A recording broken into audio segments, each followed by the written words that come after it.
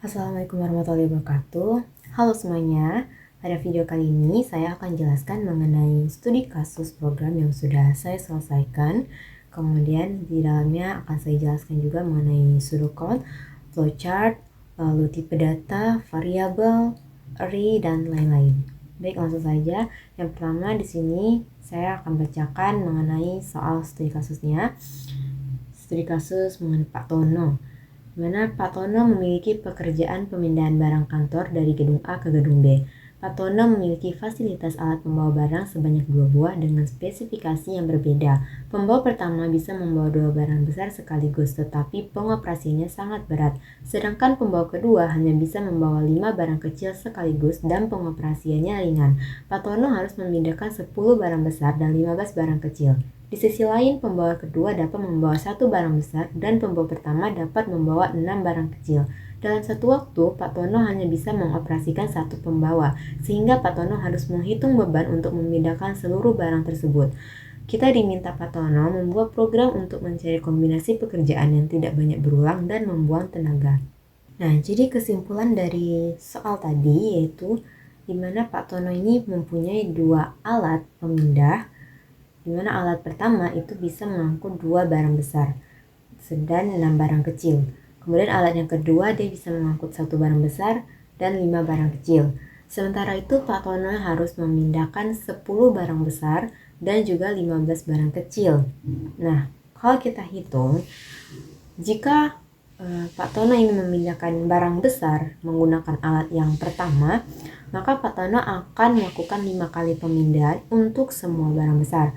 Sementara kalau jika dia menggunakan alat yang kedua, Pak Tono akan melakukan 10 kali pemindahan. Nah, bisa dilihat lebih efisien ketika Pak Tono memindahkan barang itu menggunakan alat yang pertama dibanding alat yang kedua untuk membawa semua barang besar. Sedangkan untuk barang yang kecil, jika Pak Tono memindahkan barang kecil menggunakan alat yang pertama, itu Pak Tono bisa melakukan 2 kali pemindahan, tetapi akan tersisa 3 barang yang belum diangkut. Sementara jika Pak Tono mengangkat barang kecil menggunakan alat yang kedua, maka Pak Tono akan melakukan 3 kali pemindahan untuk mengangkut semua barang kecil tanpa terkecuali. Jadi lebih efisien Pak Tono menggunakan alat yang kedua untuk mengangkut barang yang kecil dibandingkan alat yang pertama. Baik, itu penyelesaian dari bentuk soal tadi. Sekarang bagaimana dengan programnya? Untuk programnya di sini saya juga udah buat pseudocode-nya dan juga flowchart. Di sini saya akan jelaskan terlebih dahulu mengenai pseudocode. Nah, di mana ada pseudocode ini, saya akan membuat sebuah fungsi di mana di dalamnya nanti akan saya inisialisasi variabel di mana int min beban, ini minimal beban yang diterima, sama dengan int max. Kemudian di sini ada deklarasi array di mana int kombinasi 4. Lalu setelah inisialisasi variabel, saya akan hitung perjalanannya menggunakan perulangan. Di sini untuk menghitung alat barang besar dan juga barang kecil, saya menggunakan perulangan for. Nah, untuk perulangan for pada alat barang besar, di sini saya akan inisialisasi terlebih dahulu, di mana alat 1 barang besar itu sama dengan 0, lalu operasinya itu total barang besar nanti dibagi dengan 2. Kemudian selanjutnya dia akan ngitung sisa barang menggunakan operasi alat 2 barang besar itu sama dengan total barang besar dikurangin dengan alat 1 barang besar nantinya dikali dan 2. Selain itu di sini saya juga menggunakan percabangan if, di mana jika alat 2 barang besar ini lebih kecil dari 0, maka nantinya jika iya, nantinya akan ngitung ke alat 1 barang besar. Tapi jika tidak, nanti akan lanjut ke proses selanjutnya, itu menghitung barang kecil. Nah, ini selanjutnya kita akan menghitung barang kecil, dimana di sini juga menggunakan perulangan for. Ada inisialisasinya alat 1 barang kecil sama dengan 0, lalu operasinya total barang kecil dibagi dengan Lanjut kita ngitung sisa barang kecilnya, di mana alat 2 barang kecil itu sama dengan total barang kecil dikurang alat 1 barang kecil nanti dikali dengan 6. Di sini juga menggunakan percabangan if, di mana jika alat 2 barang kecil itu lebih kecil dari 0, maka nantinya akan dihitung ulang lagi alat 1 barang kecil. Nah, di sini juga karena kita hitung kalau menggunakan alat pertama, hasilnya kan berkoma ya, masih ada sisa barang yang belum kita angkut nih. Jadi di sini saya untuk membuatkan ke atas, saya menggunakan operasi alat 2 barang kecil itu sama dengan alat 2 barang kecil ditambah 4 dibagi 5. Nah, ini tujuannya agar tidak ada barang yang tersisa ketika ingin diangkut nantinya. Baik, selanjutnya di sini kita akan hitung total perjalanan masing-masing alat. Dimana total perjalanan itu sama dengan alat 1 barang besar ditambah dengan alat 2 barang besar, kemudian ditambah alat 1 barang kecil, lalu ditambah lagi dengan alat 2 barang kecil. Setelah hitung total perjalanan, di sini nanti akan ada percabangan, dimana jika total perjalanan itu lebih kecil dari minimal bebannya, maka minimal beban itu sama dengan total perjalanan. Lalu di sini ada array, di mana array kombinasi 0 alat 1 barang besar, kombinasi 1 alat 2 barang besar, lalu kombinasi 2 alat 1 barang kecil, kemudian kombinasi 3 alat 2 barang kecil. Nah, jadi tujuan adanya array kombinasi di sini itu adalah supaya program bisa menyimpan setiap jumlah perjalanan masing-masing dari alat ya. Jadi menyimpan jumlah perjalanan yang lebih optimal. Baik, langkah selanjutnya di sini kita akan menampilkan outputnya, di mana ada output kombinasi alat pembawa untuk memindahkan barang, kemudian output alat 1 membawa dan lain-lainnya seperti ini. Lalu terakhir kita akan memanggil fungsinya di dalam fungsi utama, di mana kita memanggil fungsi nantinya fungsi tersebut yaitu fungsi perpindahannya dengan total barang besar itu sama dengan 10, kemudian total barang kecil sama dengan 15. Kemudian program selesai. Jadi ini sekian ya dari penjelasan mengenai pseudocode. Selanjutnya saya akan jelaskan mengenai flow chart-nya bagaimana. Nah, sekarang saya akan jelaskan mengenai flowchart yang sudah saya buat, dimana hampir sama ya seperti pseudocode sebelumnya itu. Bedanya mungkin kalau pseudocode itu dia bentuknya seperti urutan ya, 1, 2, 3. Tapi kalau untuk flowchart dia itu bentuknya seperti struktur. Jadi di sini yang pertama itu ada terminator start atau mulai. Kalau untuk start dan end itu dia namanya terminator, dia bentuknya oval ya. Lalu di sini ada proses.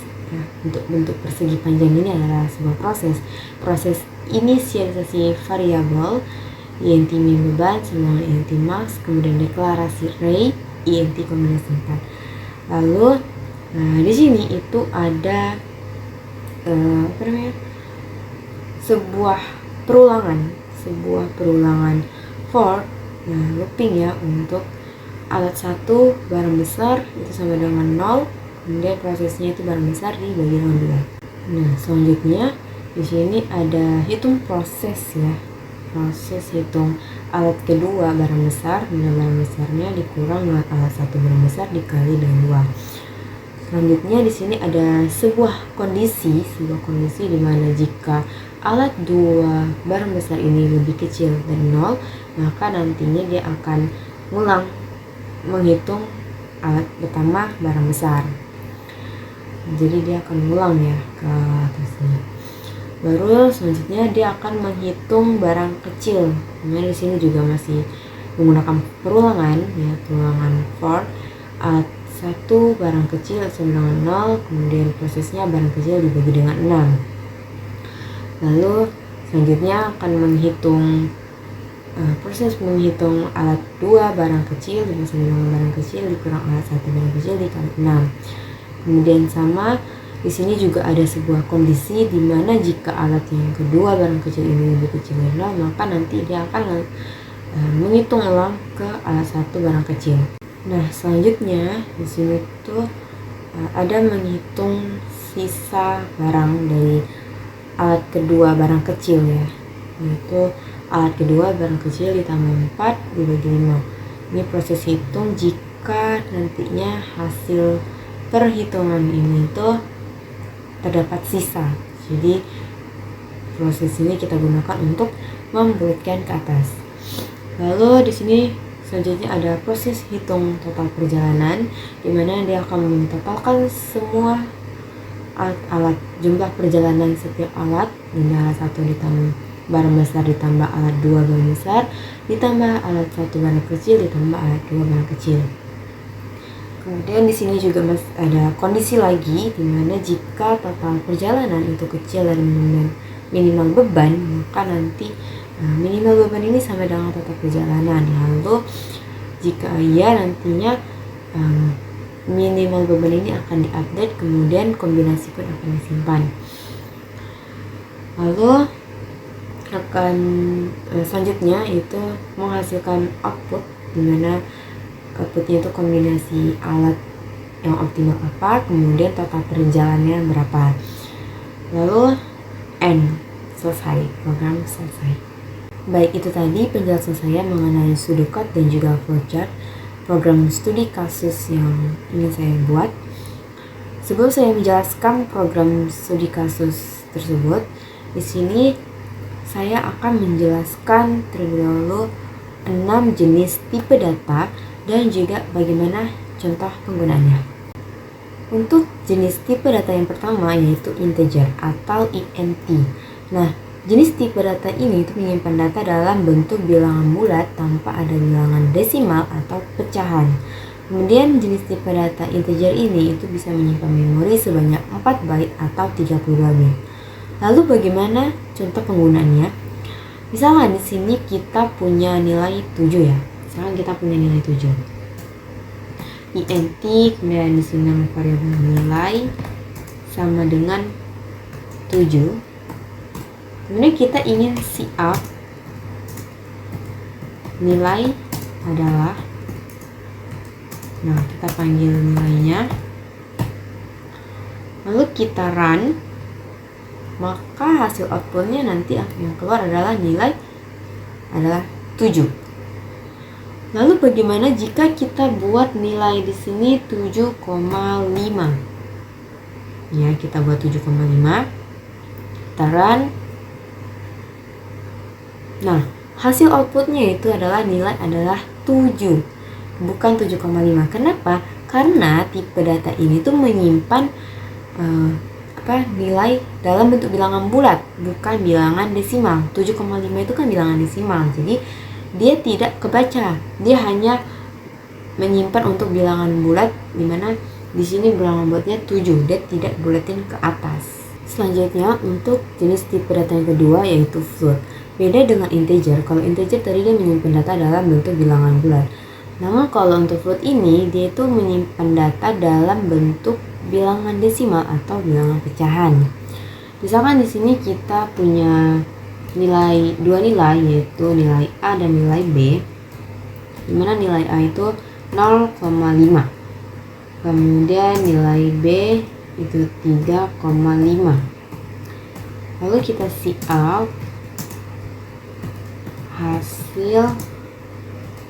Nah, di sini kita ingin melakukan operasi perkalian ya.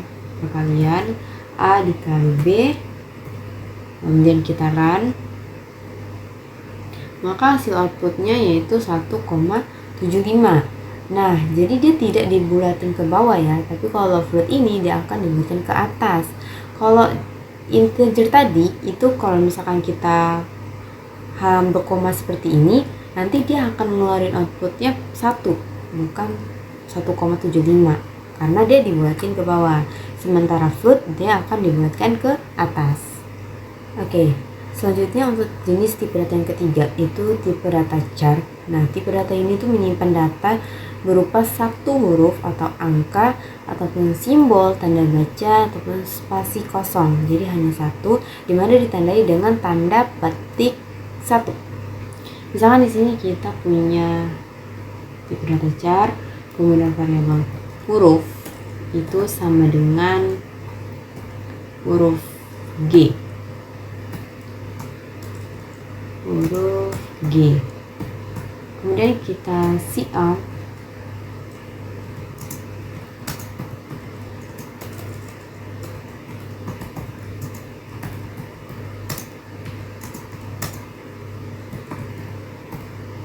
lalu kita run. Nah, bisa dilihat di sini teman-teman, itu kita ada mengalami error ya, error dimana di bagian sini itu kita perlu menambahkan tanda petik satu ya, tanda petik satu. Jadi kalau untuk char kita harus beri tanda petik satu. Nah, coba kita run, maka jawabannya seperti ini, huruf adalah G. Jadi tidak ada error ya teman-teman. Jadi kalau untuk char dia hanya menyimpan satu karakter saja, di mana ditandai dengan tanda petik satu. Nah, kemudian untuk jenis tipe data yang keempat itu ada tipe data string. Nah, kalau tipe data string ini dia itu menyimpan data berupa kumpulan karakter. Jadi kumpulan karakter yang terdiri dari beberapa huruf ya. Misalkan di sini kita punya string nama sama dengan Alia. Kemudian cout nama saya nama. Nah, di sini tuh kita mengalami error ya teman-teman, mengalami error dimana di bagian ini tuh kita perlu menambahkan tanda petik 2. Kalau di char tadi itu kita harus pakai tanda petik 1 kan. Nah, kalau di string ini kita harus menggunakan tanda petik 2. Seperti ini. Nah, kemudian kita error, kemudian kita run, maka outputnya nama saya Alia. Untuk jenis tipe data yang kelima itu ada tipe data boolean. Nah, tipe data boolean ini itu mempunyai dua nilai, yaitu true dan false, atau benar atau salah. Nah, misalkan di sini kita adakan sebuah perbandingan ya. Sini ada boolean A, B, dimana A itu sama dengan dia memberikan sebuah perbandingan pernyataan dimana 10 itu lebih kecil dari 9. Kemudian yang B pernyataannya 3 lebih besar dari 2. Kita cout nilai A adalah, kemudian cout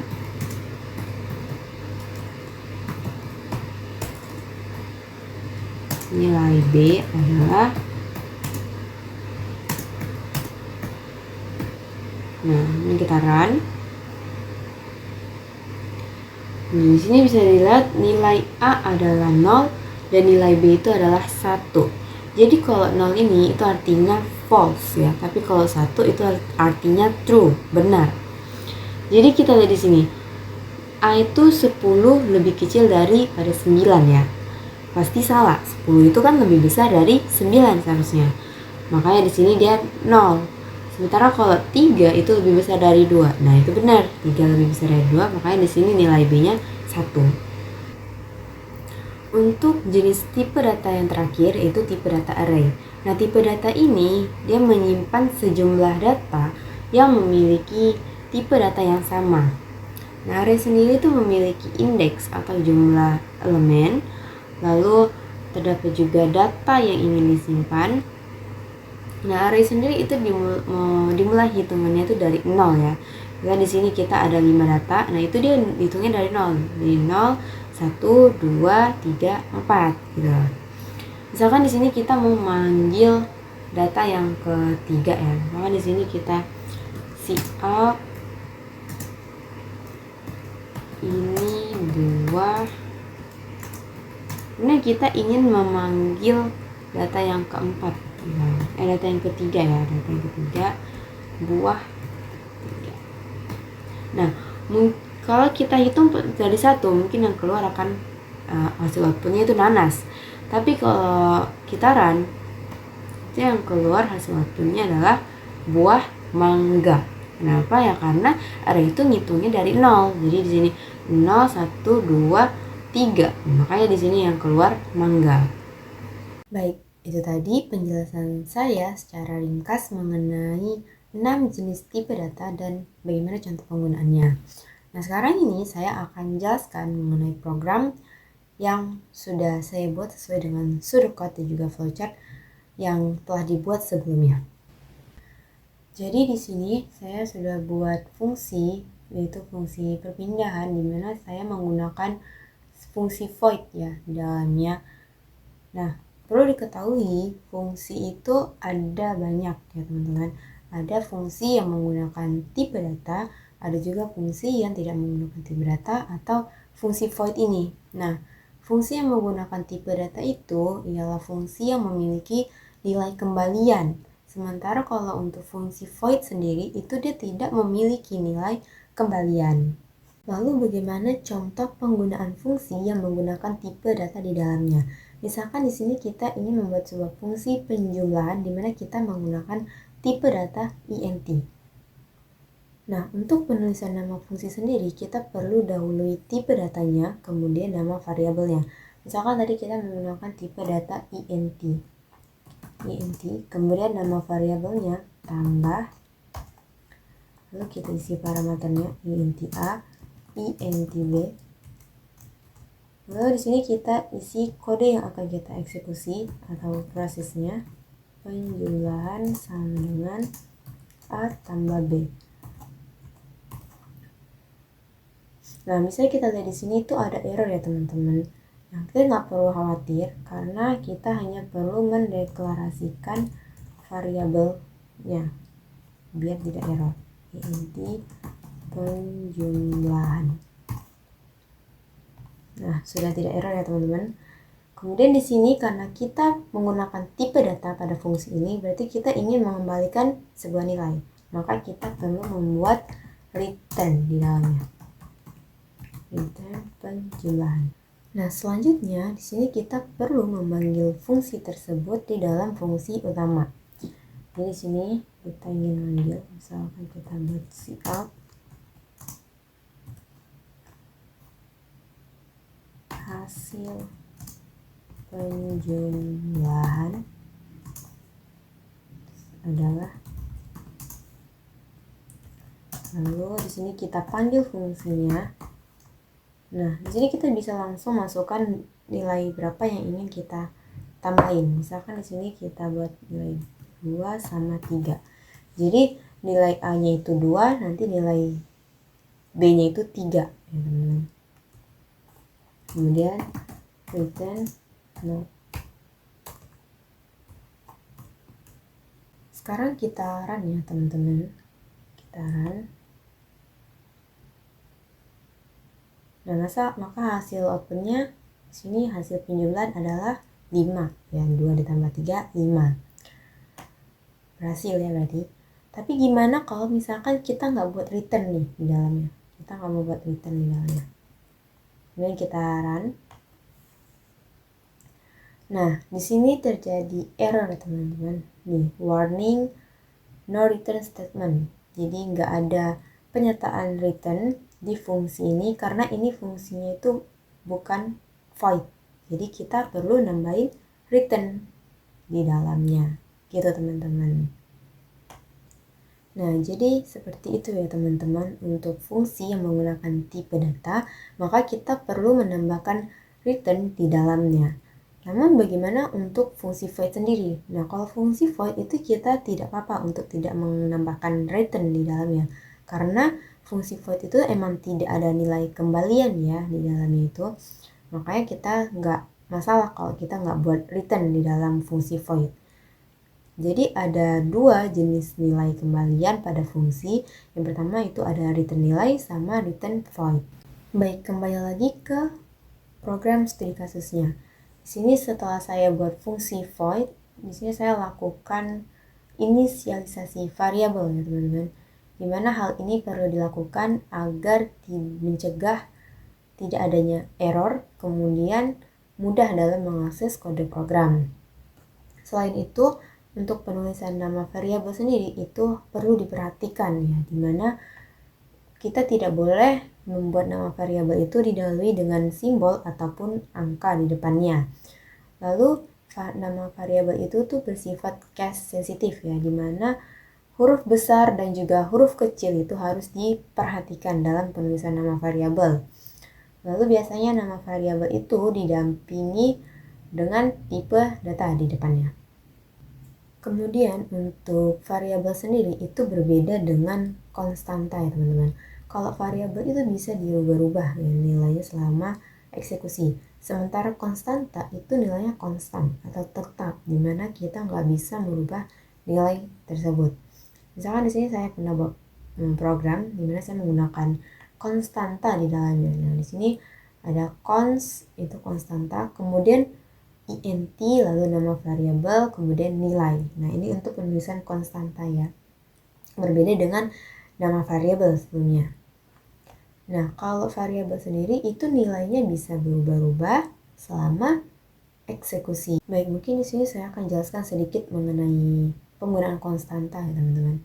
Di sini misalnya saya ada program ingin menambahkan data, dimana saya menggunakan konstanta int max itu sama dengan 2. Jadi hanya bisa menambahkan data sebanyak 2 aja. Nah, kan di sini kita mau nambahin datanya. Pilih menu ya, menu tambahin data 1. Ini kita ingin masukin nama yang mau ditambahin. Lalu kita pilih menu lagi, kita masukin nama lagi. Nah, kita masukin lagi. Nah, di sini teman-teman bisa lihat ya, ada pemberitahuan data sudah penuh. Nah, jadi dia kalau misalkan kita udah buat konstantanya itu sama dengan 2, berarti kita emang cuma bisa masukin 2 data saja. Makanya di sini pas saya masukin 2 nama ini, kemudian saya masukin lagi, muncul kata data sudah penuh karena sudah mencapai maksimum konstantanya. Baik, kembali lagi ke dalam program studi kasusnya. Tadi setelah saya membuat fungsi void, menginisialisasi variabel.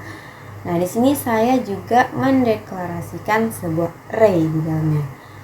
Perlu diketahui ya teman-teman, deklarasi array ini tuh sangat berguna ya. Yang pertama itu dalam pengelompokan data, yang mudah dalam mengelompokkan data. Kemudian kegunaan array sendiri itu dia dapat menyimpan memori, mengakses memori itu semua elemen di dalam array itu sekaligus ya, dibanding harus menyimpan memorinya satu-satu secara terpisah. Lalu untuk deklarasi array ini juga memudahkan dalam membuat kode program yang menggunakan pengulangan di dalamnya. Baik, untuk penulisan deklarasi array sendiri di sini saya menggunakan tipe data int, kemudian nama variabel kombinasi.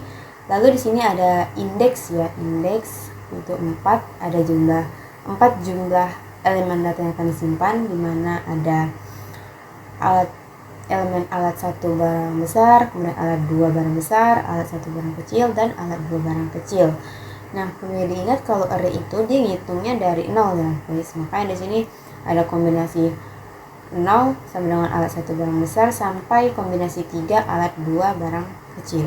Setelah mendeklarasikan array dan juga variabel, langkah selanjutnya di sini saya akan menghitung jumlah perjalanan masing-masing alat, di mana saya menggunakan perulangan untuk menghitung jumlah perjalanan ini. Nah, perlu diketahui ya teman-teman, perulangan itu ada 4 macam ya. Ada perulangan for, kemudian ada perulangan do while, ada perulangan while, dan perulangan bersarang atau nested for, perulangan di dalam perulangan. Untuk perulangan for sendiri, misalkan di sini saya ingin membuat sebuah perulangan pada program yang ingin menghasilkan output angka 1 sampai 100. Maka di sini kita perlu menuliskannya for. Nah, untuk perulangan for itu kita pertama harus inisialisasi variabel terlebih dahulu ya. int i sama dengan 1. Karena kita ingin menampilkan output dari angka 1 sampai 100 ya teman-teman. Setelah inisialisasi, kita lakukan kondisi atau batas ya. Misalkan i itu kecil dari 100. Nah, ini tuh dinamakan kondisi atau batas yang ingin dihasilkan. Setelah itu baru kita buat increment, increment. Kemudian di sini kita cout i and line. Nah, kita run.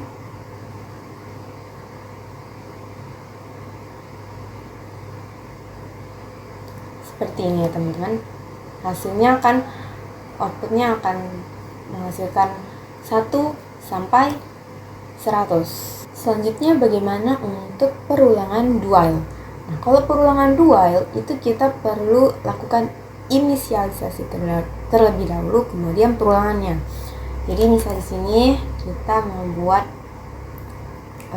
menampilkan output 1 sampai 100, kita inisialisasi dulu int i sama dengan 1. Kemudian nah di sini kita buat perulangannya do, lalu di dalam ini kita isi dengan instruksinya ya, kode yang ingin dieksekusi, lain, baru kita buat increment di dalamnya. Nah, setelah itu di luar dari kurung kerawal do ini kita akan buat while, dimana ini tuh syaratnya, kondisinya i tadi itu lebih kecil sama dengan 100. Kita run,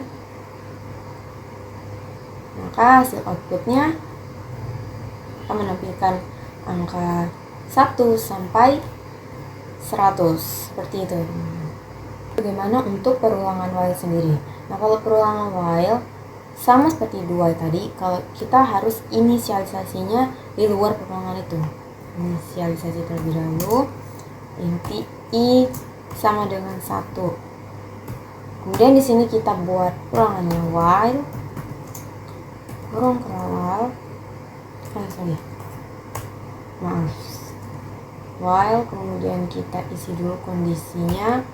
Nah, i itu lebih kecil sama dengan 100, lalu kurung kerawal cout i and line.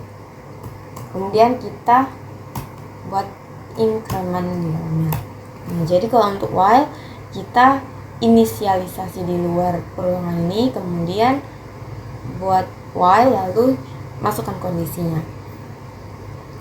Kita run,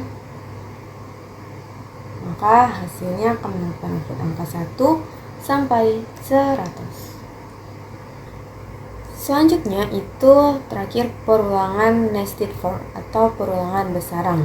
Perulangan di dalam perulangan. Contohnya bagaimana? Nah, di sini saya sudah buatkan program, itu kode program yaitu perulangan yang ingin menghasilkan output 5 bintang sampai 1 bintang. Jadi di sini saya maksud perulangan di dalam perulangan itu seperti ini teman-teman. Kita sudah buat perulangan di sini, kemudian kita buat lagi perulangannya itu di dalam perulangan sebelumnya seperti ini. Jadi di sini perulangan for int i sama dengan 5, i kecil besar 0, kemudian i minus minus. Ini tuh karena kita mau hasil outputnya 5 sampai 1 ya teman-teman. Makanya i minus minus. Kemudian di sini kita buat perulangan yang keduanya itu for int j sama dengan 0, j kecil i, kemudian j increment, lalu cout bintang, cout inline. Di sini kita run. Nah, maka hasil outputnya di sini dia menampilkan bintang sebanyak 5 sampai 1. Jadi seperti itu untuk perulangan besaran, yaitu perulangan di dalam perulangan. Baik, itu penjelasan saya secara ringkas mengenai perulangan ya. Sekarang kita balik ke program studi kasusnya.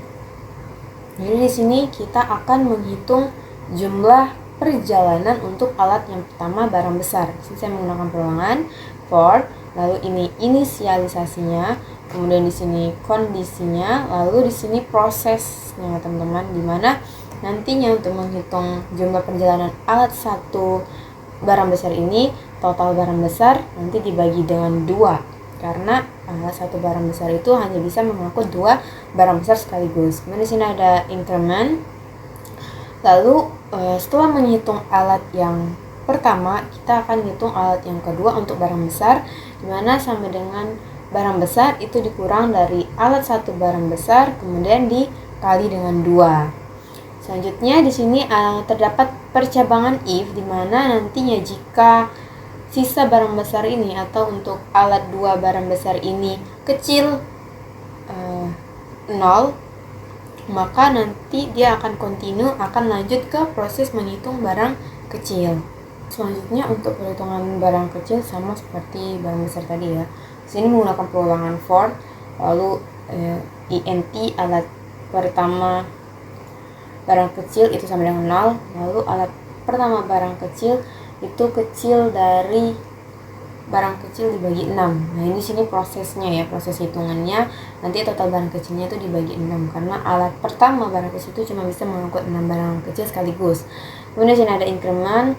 Lalu setelah itu dia menghitung alat kedua barang kecil, dimana alat kedua barang kecil itu sama dengan barang kecil dikurang alat pertama barang kecil dikali 6. Lalu di sini ada percabangan if alat 2 barang kecil itu kecil 0, maka continue. Selanjutnya untuk penghitungan pembulatan ke atas, di sini saya buat dia program alat 2 barang kecil itu sama dengan alat 2 barang kecil ditambah 4 dibagi 5. Jadi ini digunakan untuk penghitungan bulat ke atas. Untuk langkah selanjutnya, di sini kita akan menghitung total perjalanan setiap alat untuk semua alat. Dimana di sini kita menggunakan tipe data int untuk melakukan perhitungan. Total perjalanan itu sama dengan alat pertama barang besar ditambah alat kedua barang besar, lalu ditambah alat pertama barang kecil, kemudian ditambah alat 2 barang kecil. Nah, di sini kita memiliki sebuah kondisi di mana jika total perjalanan ini kecil minimal beban, maka nanti minimal beban sama dengan total perjalanan. Kemudian di sini ada access rate kombinasi 0 alat 1 barang besar, kemudian kombinasi 1 alat 2 barang besar, lalu kombinasi 2 alat 1 barang kecil, kemudian kombinasi 3 alat 2 barang kecil. Baik, sebelum kita lanjut ke program, di sini saya akan jelaskan sedikit mengenai percabangan. Jadi untuk percabangan itu ada banyak ya teman-teman. Ada percabangan if, kemudian ada percabangan if else, lalu ada percabangan if else, kemudian ada percabangan switch case. Nah, untuk percabangan if itu adalah sebuah percabangan di mana sebuah kondisi yang diberikan itu bernilai benar atau true. Misal di sini kita punya nilai itu 4 ya. Inti nilai sama dengan 4. Lalu di sini kita buat kondisi if nilai, jika nilai itu besar 0, maka cout nilai tersebut benar. Nah, ini kita run ya. Maka hasil outputnya nanti di sini nilai tersebut benar. Karena di sini nilai 4, nilainya sama dengan 4 itu kan dia lebih besar dari 0, makanya di sini hasil outputnya benar. Kemudian untuk percabangan if else. Nah, percabangan if else ini itu adalah percabangan yang memiliki dua kondisi, yaitu kondisi yang bernilai benar dan juga kondisi yang bernilai salah. Misalkan di sini kita punya angka itu sama dengan negatif 2, sama dengan negatif 2. Kemudian kita buat kondisi if, di sini angka besar 0. maka Cout positif. Lalu di sini kita buat lagi kondisi else-nya, dimana di sini Cout negatif.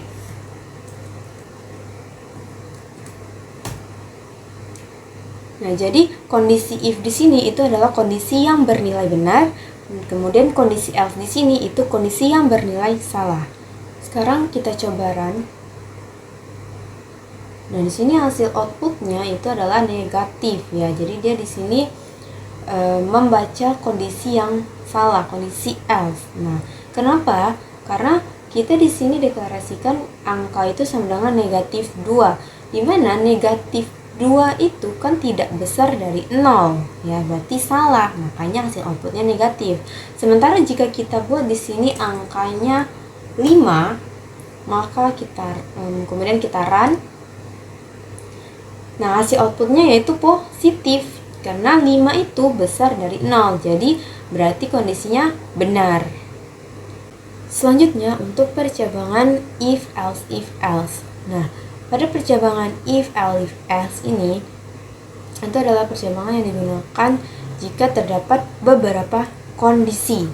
Misalkan di sini kita punya angka 5 ya, di sini punya angka 5. Lalu di sini ada kondisi pertama di mana jika angka itu besar dari 0, maka Cout positif. Lalu kondisi yang kedua, jika angka itu kecil dari 0, maka Cout negatif. Lalu di sini ada kondisi else di mana ini jika kondisi kedua ini salah, maka nanti dia akan Cout yang ini. Oke. Nah, karena di sini angka 5 ini kita run, coba kita run. Maka hasil outputnya di sini positif. Kenapa? Karena ini kan nilainya 5 ya, dimana jika 5 itu besar dari 0, maka positif. 5 kan besar dari 0 ya, berarti kondisi ini benar. Kemudian gimana kalau misalkan kita buat di sini negatif 5? Ini kita run. Maka hasil outputnya yaitu negatif ya, karena negatif 5 ini itu kan tidak besar dari 0. Kemudian kita periksa lagi di kondisi berikutnya yaitu negatif 5 kecil dari 0. Itu kan benar ya. Berarti di kondisi else if ini itu kondisinya benar. Makanya hasil outputnya keluar negatif.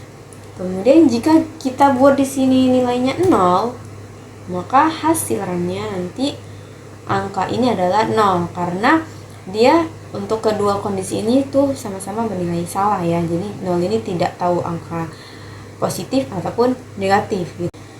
Terakhir yaitu percabangan switch atau case. Nah, percabangan ini itu terdiri dari struktur yang dimana nanti digunakan untuk memilih salah satu kode yang akan dieksekusi, dimana terdapat beberapa kondisi yang bergantung pada nilai dari variabel.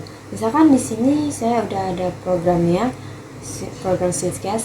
Nah, di sini ada variabel di mana nilai variabel itu hari sama dengan 2. Nah, kemudian di sini tuh ada switch hari di mana ada total case-nya itu sebanyak 7, mulai dari Senin sampai Minggu. Lalu ada di sini default di mana nanti jika tidak ada pilihan nanti akan Cout ini akan menghasilkan output ini. Langsung aja kita run di sini.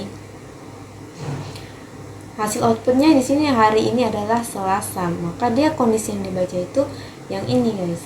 Kenapa? Karena pada variabel di sini itu kan hari sama dengan 2. Nah, jadi dia membaca outputnya itu dari case kedua, dimana Cout hari ini adalah Selasa. Lalu bagaimana kalau misalkan kita buat di sini sama dengan 4, gitu. Kita run. Maka di sini yang keluar hari ini adalah Kamis. Nah, jadi ini kondisi yang dieksekusinya itu yang case keempat. Seperti itu guys. Jadi tergantung pada nilai variabel di sini. Baik, itu penjelasan singkat mengenai percabangan ya. Selanjutnya kita lanjut ke program studi kasusnya. Setelah menghitung total perjalanannya, di sini kita langkah selanjutnya yaitu menampilkan output, teman-teman. Nah, dari sini outputnya cout kombinasi alat pembawa untuk memindahkan barang, kombinasi out alat satu membawa. Nah, di sini tuh kita bisa melakukan mengakses array ya teman-teman. Jadi kita akses array kombinasi 0, di mana kombinasi 0 ini itu adalah alat satu barang besar. Jadi nanti di sini dia tuh akan melakukan perhitungan pada alat satu barang besar. Jadi dia langsung menampilkan hasil perhitungan pada alat satu barang besar. Lalu kemudian di sini juga akses array pada array kombinasi 2, dia menghitung alat satu barang kecil. Lalu untuk di sini kombinasi 1 dia akan menghitung perjalanan alat 2 barang besar. Lalu di sini juga kita akan akses array kombinasi 3, di mana ini adalah untuk menghitung perjalanan alat 2 barang kecil. Seperti itu, teman-teman. Kemudian di sini cout, sehingga total perjalanan yang diperlukan agar itu adalah minimal beban. Jadi nanti dia akan membaca minimal beban yang dihitung. Nah, terakhir yaitu kita akan memanggil fungsinya itu di dalam fungsi utama. Di sini kita masukkan nilai barang besarnya yaitu 10, kemudian barang kecilnya 15. Lalu kita panggilan fungsi perpindahan. Baik, terakhir langsung aja kita run ya teman-teman. Nah, hasil dari outputnya yaitu kombinasi alat pembawa untuk memindahkan barang. Alat pertama itu bisa membawa 5 kali perjalanan barang besar, kemudian 0 untuk perjalanan barang kecil. Sedangkan alat kedua itu dia 0 perjalanan barang besar dan 3 perjalanan barang kecil. Sehingga total perjalanan itu adalah 8 perjalanan. Sesuai dengan perhitungan di awal kita tadi, sesuai dengan pseudo-cut ya, yaitu dimana kalau kita menggunakan alat yang pertama itu 10 dibagi 2 itu kan 5 ya, jadi 5 kali perjalanan. Lalu untuk alat yang kedua untuk membawa barang kecil, 15 barang kecil kita bagi dengan 5, maka kita bisa 3 kali perjalanan, jadi ada 8 kali perjalanan. Baik, sekian penjelasan saya mengenai program studi kasus ini. Untuk memenuhi tugas akhir algoritma, saya mohon maaf apabila di dalamnya masih terdapat penjelasan yang mungkin saja kurang jelas, dan juga apabila terdapat kesalahan dalam pengucapan kata, saya mohon maaf. Dan juga terima kasih telah menonton sampai akhir. Bye bye.